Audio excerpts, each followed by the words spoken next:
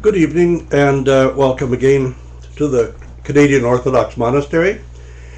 And we're going to digress again from the exact sequence of our discussion about the Old Testament is about you. But we are going to see how the Old Testament speaks about society in general and how it records something about the fallen human nature. When the author of Ecclesiastes said, "Behold, nothing is new under the sun," he was precisely correct. Nothing is new under the sun. We sometimes have more modern and more efficient ways of doing things that we used to do, but we essentially don't do new things. So tonight I'll begin by responding to 3 or 4 questioners who've written about the war in Afghanistan. And in a few moments you'll see how it ties us together with the Old Testament story and makes it clearer to us. I had been asked by someone who read the book The Kite Runner, which some of you may be familiar with, about the dancing boys in Afghanistan. And also because we have NGOs, that is non-governmental officials, who have been serving in Afghanistan.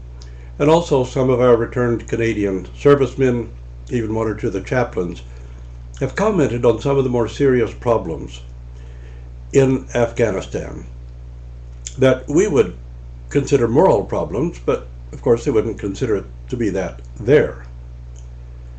Now the fact is that the dancing boys are often orphans or village kids, boys, who periodically are brought into the city. One chaplain said every Wednesday in the area where he was, and they're made up in a certain way and they dance. After they finish dancing, they're raped, sometimes gang raped. And you apparently can hear their screams of pain and then their cries for quite some distance. Now, the men who are doing this, these aren't gay people or anything like that. These are just ordinary Afghan, Pashtun, tribal citizens, just the ordinary people who have wives and children and families and till the soil or work at something else, just ordinary, everyday citizens. We also had found that when they're trying to establish the Afghan police force, the younger recruits had asked for a barracks of their own because they realized that if they were placed together with the older, experienced police officers, that they would be raped. Sort of like what happens in a North American prison. And the interesting and sorrowful thing about all this is that this kind of sexual activity is not considered to be homosexual, and of course it's not gay people who are participating in it, it's just ordinary citizens. The reason it's not considered to be homosexual is because it's violent. Because it's violent and by force. If 2 men actually loved each other and involved in a loving sexual relation, this would be considered homosexual and they would be put to death. But so long as violence and some kind of cruelty is involved, it's socially acceptable. Now, I could title this, and probably will title this broadcast, Sodom and Gomorrah Revisited, because this sheds a great deal of light on what the story of Sodom and Gomorrah is actually about. These citizens of Sodom and Gomorrah, just ordinary, everyday citizens, the one who exchanged money, the one who guarded the walls, the ones who tilled the soil, the ones who grazed their sheep, the ones who gathered pitch to sell from the pitch fields around Sodom and Gomorrah. And when the 2 angels came into the city, usually the angels are described as appear in the appearance of young men. The citizens, being very inhospitable and rather hostile, were going to literally gang rape these two men. Perhaps one of the more shocking aspects of the story is that Lot offers his two daughters in place of the two visitors, knowing that the two women would be raped to death, literally. He could have offered himself, perhaps, rather than offering his two daughters. But anyway, that's how the story unfolds.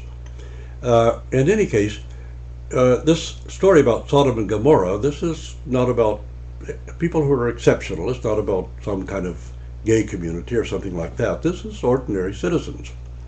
Just like the situation with the Levite in Ephraim, whose servant girl was raped to death in place of him.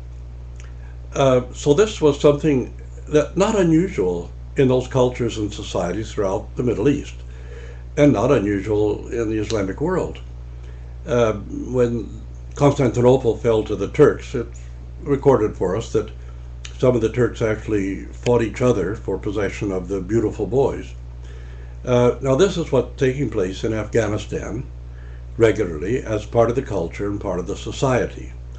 And seeing that gives us, as I say, an insight, an understanding of what the story of Sodom and Gomorrah was really all about. It certainly wasn't something unique that was taking place at that era and in that region. It would have taken place in most of the societies in the time of Abraham, the societies around.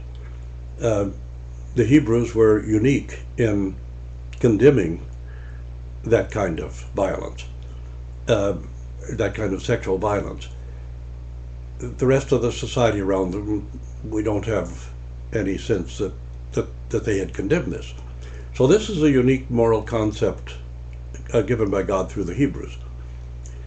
One of the disturbing factors, though, to me, is when I see how many Canadian soldiers have been killed in Afghanistan and how much money has been spent by the Canadian government in Afghanistan. And I realize that part of what we're doing there is protecting the world's largest opium producer so that more heroin can flow into North America, and defending Sodom and Gomorrah, essentially, that kind of a culture and a society in which these things are just a regular part of the culture. Well, that's an illumination about what the story of Sodom and Gomorrah are really all about.